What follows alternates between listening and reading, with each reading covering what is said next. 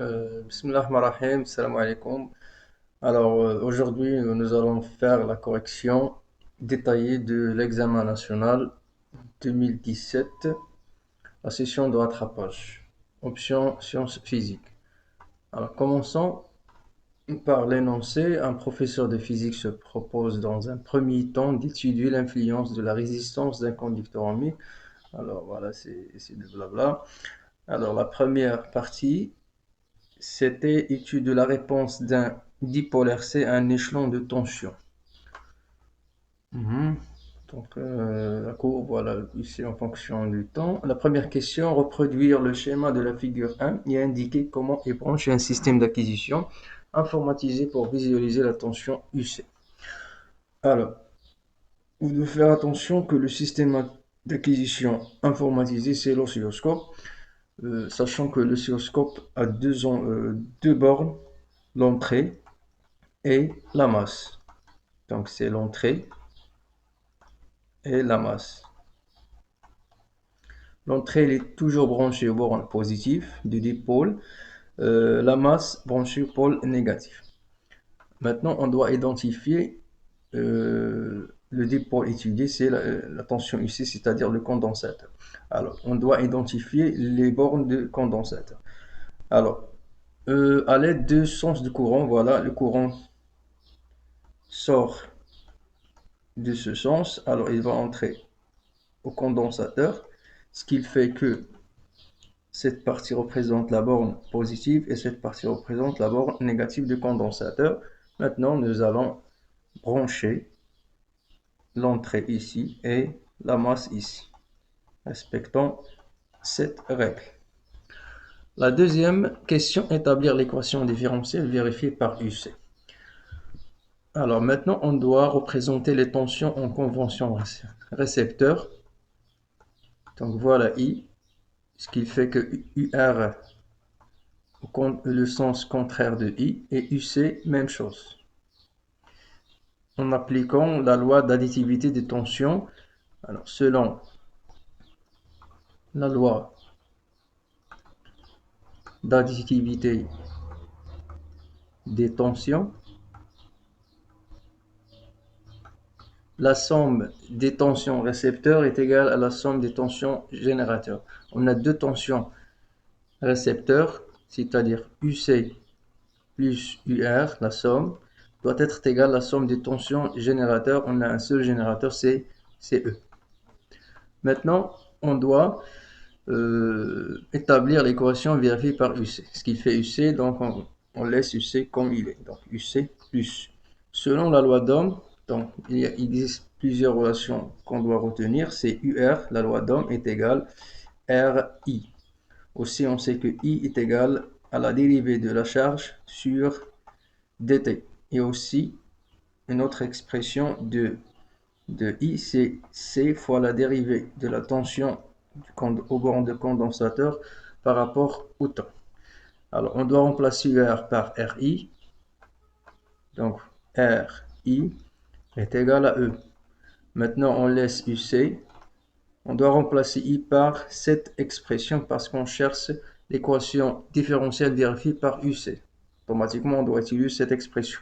Alors, R fois C, la dérivée de UC sur dt est égale à E. Et c'est ça l'équation différentielle vérifiée par la tension UC. La troisième question, c'est une question classique. La solution de cette équation différentielle UC de t s'écrit comme suit, trouvée en fonction du paramètre du circuit, les expressions de A, I, de temps. Voilà. Alors, les paramètres du circuit, c'est tout simplement E, R et la capacité C. Alors, nous allons chercher l'expression voilà, de A et taux. Et vous devez savoir dès le début que A est égal à E et taux doit être égal à la somme des résistances. On a une seule résistance fois la capacité de condensateur. Alors, maintenant, on doit trouver voilà ces expressions. On commence Alors, on a la solution. Automatiquement, on doit faire appeler à l'équation précédente. Voilà. Alors, on a UC plus RC, la dérivée de UC en fonction du temps, voilà, est égal à E. Alors maintenant, on doit remplacer cette solution dans l'équation différentielle. Alors, on a la dérivée. Alors, on doit faire la dérivée de UC de t. Automatiquement, la dérivée de UC de t est égale. C'est la dérivée en fonction de t. Du quoi? UC, on doit remplacer par A factoriel 1 moins l'exponentielle moins t sur taux. Alors, A, c'est constante. Alors, il va sortir. Alors, c'est A fois la dérivée de 1 moins l'exponentielle t sur taux par rapport au temps. Cela veut dire que, alors la dérivée de 1 c'est 0 parce que c'est un nombre constant. Alors la dérivée de l'exponentielle moins t sur temps, on cherche ce qui est collé avec le temps, c'est 1 moins tout, doit sortir et il va rencontrer une signe négative, c'est-à-dire il devient positif. Alors à la fin on trouve que 1 sur tout, voilà, l'exponentielle moins t sur tout.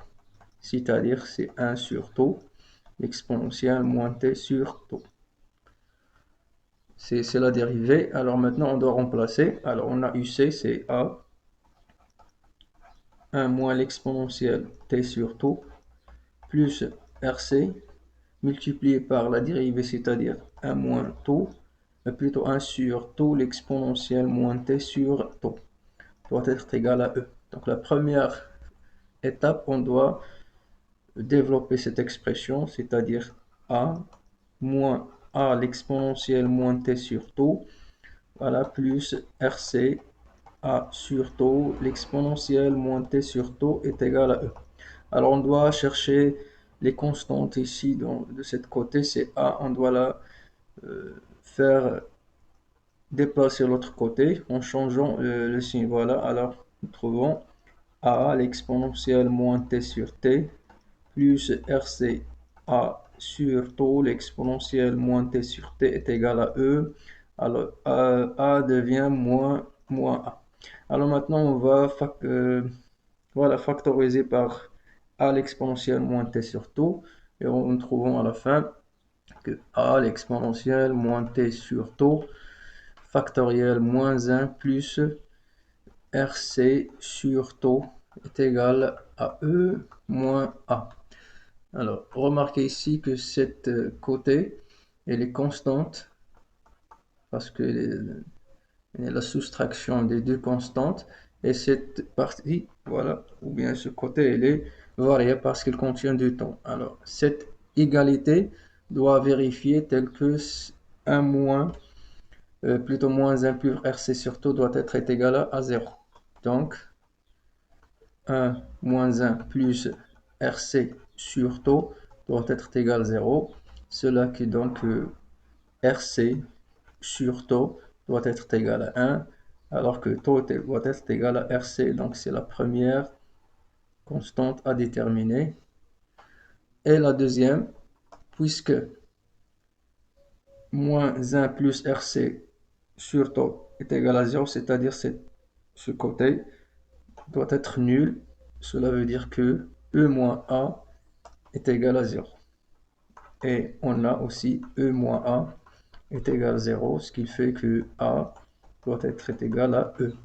Et voilà les deux expressions demandées dans cette question.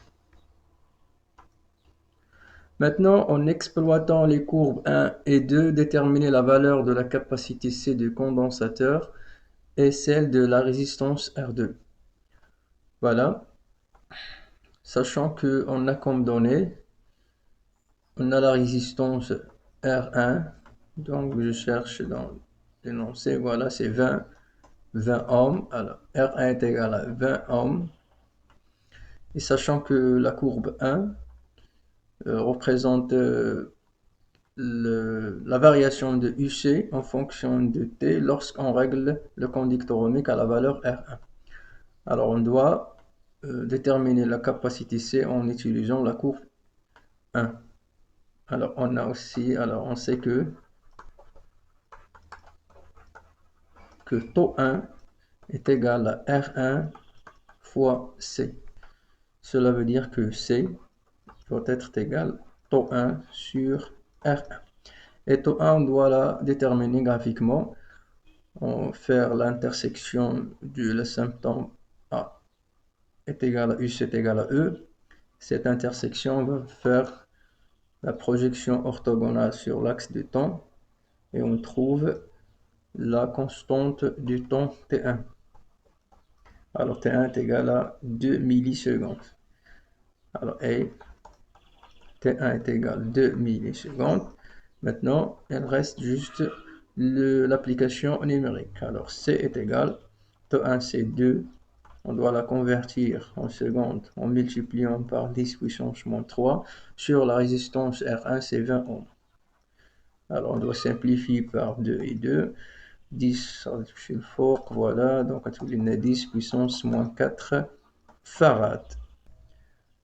Concernant la valeur de la résistance R2, on doit utiliser bien évidemment la courbe numéro 2. Alors, et on sait que taux 2 est égal à R2 fois C parce qu'on utilise le même condensateur, c'est-à-dire la même capacité. Alors maintenant, R2 est égal, c'est taux 2 divisé par C. Application numérique. Alors R2 doit être égal à taux 2. Taux 2, on doit là aussi déterminer graphiquement à la même méthode. Voilà l'intersection. Ici, donc on va faire la projection orthogonale. Et on trouve que taux 2 est égal à donc 4, 6 millisecondes. Voilà, avec taux 2 est égal à 6 millisecondes. Alors R2 est égal à 6 fois 10 puissance moins 3 pour convertir en secondes. La capacité c'est 10 puissance moins 4. Alors 10 puissance moins 4, donc 6 fois 10, c'est-à-dire 60 ohms. La cinquième question, c'est de déduire comment influe la résistance sur la constante du temps. Alors, dans cette question, sachant que, voilà, sachant que R1 et R2. R1, on a trouvé, donc R2, on a trouvé 60 et R1, on a déjà donné 20. Alors, R1, c'est inférieur à R2. Alors, maintenant, on doit multiplier par C et par C. Cela veut dire que C fois R1, c'est-à-dire quoi? C'est taux 1, il est inférieur, voilà, à taux 2. Alors, on déduit quoi? On déduit que lorsque la résistance augmente, la constante du temps aussi augmente. Alors, bien quand la résistance électrique augmente, aussi, ce qui donne voilà l'augmentation de la constante du temps. Alors, la constante du temps, taux, aussi augmente.